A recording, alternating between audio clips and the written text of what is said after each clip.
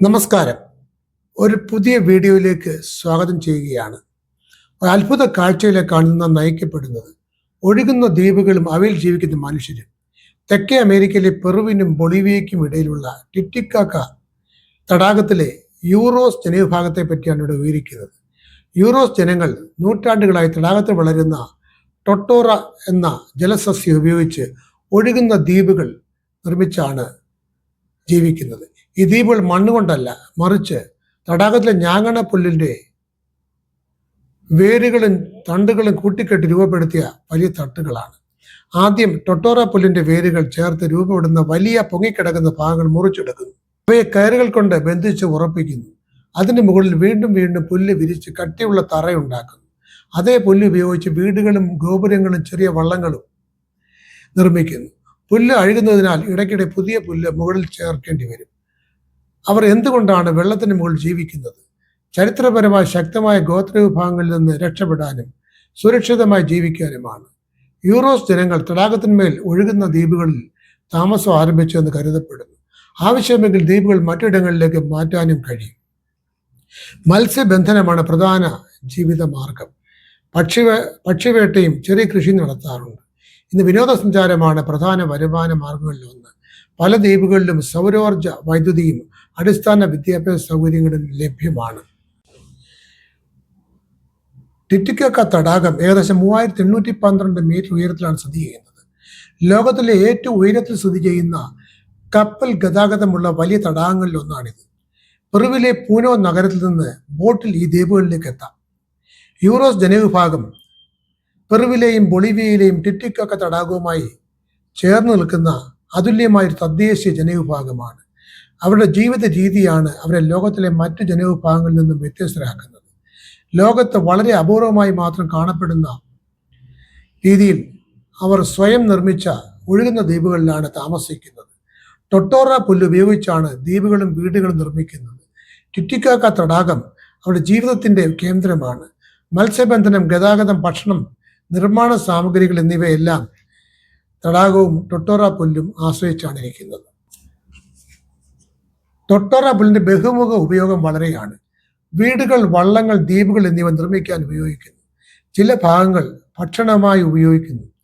ഔഷധ ഗുണമുള്ളതാണ് പ്രാദേശികമായി വിശ്വസിക്കുന്നത്. പ്രത്യേക വള്ളങ്ങൾ ഉപയോഗിക്കുന്നു. ടൊട്ടോറ പുല്ലുകൾ കൊണ്ട് നിർമ്മിക്കുന്ന വലിയ വള്ളങ്ങൾ അവരുടെ സാംസ്കാരിക ചിഹ്നമാണ്. പുരാതന കാലത്ത് ഗതാഗതത്തിനും മത്സ്യബന്ധനത്തിനും ഉപയോഗിച്ചിരുന്നു. അവർക്ക് തനതായ സംസ്കാര രീതികളുണ്ട്. നിറമേറിയ വസ്ത്രധാരണം, സംഗീതം, നൃത്തം, കൈത്തറി ഉൽപ്പന്നങ്ങൾ എന്നിവയ്ക്ക് പ്രശസ്തമാണ്. തടാകത്തെ ആസ്പദമാക്കിയ നിരവധി ആചാരങ്ങളും വിശ്വാസങ്ങളും നിലനിൽക്കുന്നുണ്ട്. സമുദ്രനിരപ്പിൽ നിന്ന് ഏകദേശം 3800 മീറ്ററിലധികം ഉയരത്തിലുള്ള പ്രദേശത്താണ് ജീവിക്കുന്നത്. കുറഞ്ഞ ഓക്സിജൻ ലെവലിലുള്ള അന്തരീക്ഷത്തോട് അവർ പൊരുത്തപ്പെട്ടിട്ടുണ്ട്. ഇന്ന് നിരവധി പേർ വിനോദസഞ്ചാരികളെ സ്വീകരിക്കുന്നു. കൈത്തറി ഉൽപ്പന്നങ്ങൾ, ബോട്ട് യാത്രകൾ, സാംസ്കാരിക പരിപാടികൾ എന്നിവയിലൂടെ ഒരു വരുമാനം കണ്ടെത്തുന്നു.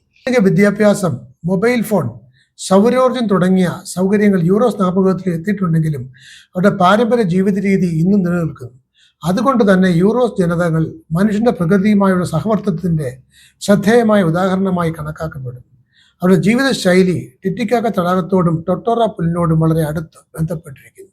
പ്രകൃതിയുമായി വളരെ ഇണങ്ങിച്ചേർന്ന ലളിതമായ ജീവിതമാണ് അവർ നയിക്കുന്നത്. മത്സ്യബന്ധനം പ്രധാന തൊഴിലാണ്. തടാകത്തിലെ മത്സ്യങ്ങളും പക്ഷികളും അവരുടെ ഭക്ഷണത്തിൻ്റെയും വരുമാനത്തിൻ്റെയും ഭാഗമാണ്. കൈകൊണ്ട് നിർമ്മിക്കുന്ന കരകൗശല വസ്തുക്കളും സ്മരണികകളും വിനോദസഞ്ചാരികൾക്ക് വിൽക്കുന്നുണ്ട്. ടൊട്ടോറ പുല്ലുകൊണ്ട് നിർമ്മിക്കുന്ന ഒഴുകുന്ന ദ്വീപുകളിലും വീടുകളിലുമാണ് അവർ താമസം. വീടുകൾ ലളിതമാണെങ്കിലും കാലാവസ്ഥയിൽ നിന്നും സംരക്ഷണം നൽകുന്നു. പുല്ല് അഴുകുന്നതിനാൽ ഇടയ്ക്കിടെ ദ്വീപും വീടും പുതുക്കി നിർമ്മിക്കണം. മത്സ്യം പ്രധാന ഭക്ഷണമാണ്. ഉരുളക്കിഴങ്ങ്, കിനോവ തുടങ്ങിയ ആൻഡീസ് പ്രദേശത്തെ വിളകളും ഉപയോഗിക്കുന്നു. ടൊട്ടോറ പുല്ലിന്റെ മൃദുവായ ഭാഗങ്ങൾ ചിലപ്പോൾ ഭക്ഷണമായും കഴിക്കുന്നു. പരമ്പരാഗതമായി ടൊട്ടോറ പുല്ലിന് നിർമ്മിച്ചിട്ടുള്ള വള്ളങ്ങളാണ് ഉപയോഗിച്ചിരുന്നത്. ഇന്ന് പലരും മോട്ടോർ ബോട്ടുകൾ ഉപയോഗിക്കുന്നുണ്ട്. കുടുംബങ്ങൾ തമ്മിൽ ശക്തമായ സഹകരണമാണ് നിലനിൽക്കുന്നത്. ദ്വീപുകളുടെ പരിപാലനവും നിർമ്മാണവും പലപ്പോഴും കൂട്ടായ്മയും നടത്തുന്നു. കുട്ടികൾ സ്കൂളിൽ പഠിക്കുന്നതോടൊപ്പം പാരമ്പര്യ ജീവിത രീതിയും പഠിക്കുന്നുണ്ട്. സൗരോർജ്ജ വൈദ്യുതി, മൊബൈൽ ഫോണുകൾ, വിദ്യാഭ്യാസ സൗകര്യങ്ങൾ എന്നിവ ഇപ്പോൾ ലഭ്യമാണ്. എന്നിരുന്നാലും അവരുടെ സാംസ്കാരിക പാരമ്പര്യവും തടാക കേന്ദ്രീകൃതമായ ജീവിതശൈലിയും അവർ സംരക്ഷിച്ചു വരുന്നു. യൂറോസ് ജനവിഭാഗത്തിലെ കുട്ടികളുടെ വിദ്യാഭ്യാസ രീതി കാലക്രമേണ വളരെയധികം മാറിയിട്ടുണ്ട്. ഇന്ന് പല ഒഴുകുന്ന ദ്വീപുകളിലും പ്രാഥമിക വിദ്യാലയങ്ങൾ പ്രവർത്തിക്കുന്നുണ്ട്. ചില ദ്വീപുകളിൽ ചെറിയ സ്കൂൾ കെട്ടിടങ്ങളുണ്ട്.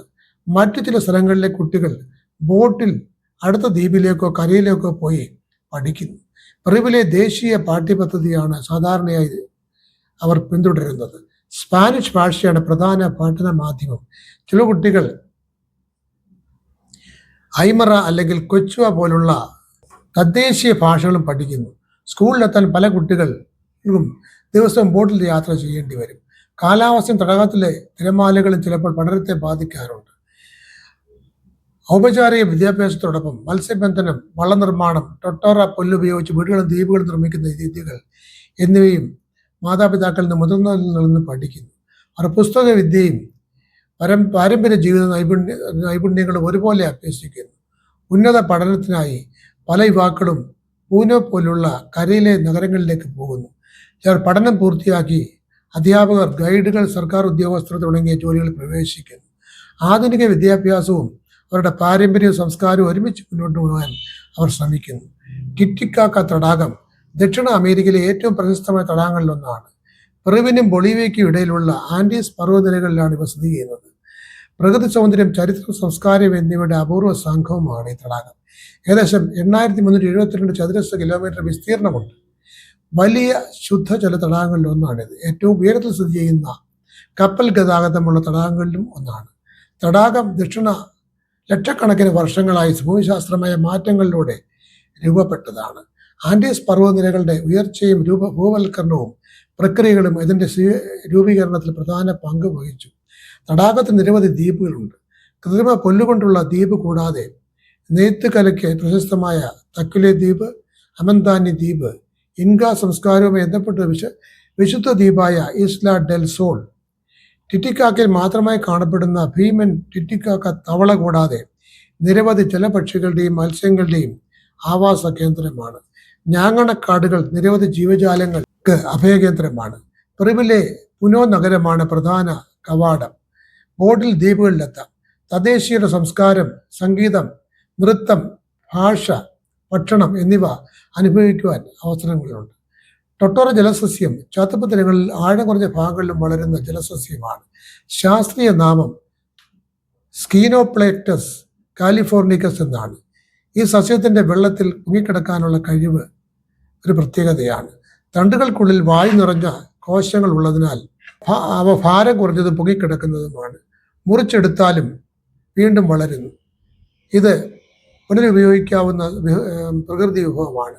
ദ്വീപ് വീടുകൾ, വള്ളങ്ങൾ ഉണ്ടാക്കാൻ എന്ന ഇത് കൂടാതെ പായകൾ, കൊട്ടകൾ തുടങ്ങിയ കരകൗശല വസ്തു നിർമ്മിക്കാനും കന്നുകാലികൾക്കും തീറ്റയായി ഉപയോഗിക്കാം. ഭക്ഷിക്കാം. മത്സ്യങ്ങൾക്കും ജലപക്ഷികൾക്കും അഭയകേന്ദ്രമാണ്. ജലത്തിൻ്റെ ഗുണനിലവാരം നിലനിർത്തുന്നു. തടാക തീരത്തെ മണ്ണൊലിപ്പ് തടയുന്നു. ടൊട്ടോറിയ സസ്യം പ്രകൃതിയും മനുഷ്യനും തമ്മിലുള്ള സഹവർത്തിത്വത്തിൻ്റെ മികച്ച ഉദാഹരണമാണ്. ഒരു സാധാരണ ജലസസ്യം മുഴുവൻ സംസ്കാരത്തിൻ്റെ നിലനിൽപ്പിൽ അടിത്തറയായിരിക്കുന്ന അപൂർവ സംഭവമാണിത്. യൂറോസ് ജനങ്ങളുടെ ജീവിതം മനുഷ്യന് പ്രകൃതിയിലെ ലഭ്യമായ വിഭവങ്ങൾ ഉപയോഗിച്ച് എങ്ങനെ സവിശേഷമായ ജനസമൂഹം രൂപപ്പെടുത്താമെന്നതിൻ്റെ മികച്ച ഉദാഹരണം.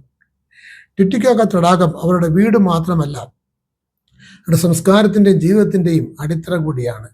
പ്രകൃതിയോടും മനുഷ്യൻ്റെ സൃഷ്ടിപരമായ ജീവിത രീതിയോടും ചേർന്ന് നിൽക്കുന്ന ഈ ഒഴുകുന്ന ദ്വീപുകൾ ദക്ഷിണ അമേരിക്കയിലെ ഏറ്റവും അത്ഭുതകരമായ സാംസ്കാരിക കാഴ്ചകളിൽ ഒന്നാണ്. മറ്റൊരു അത്ഭുത വിഷയവുമായി എത്തുന്നവരെ നന്ദി, നമസ്കാരം.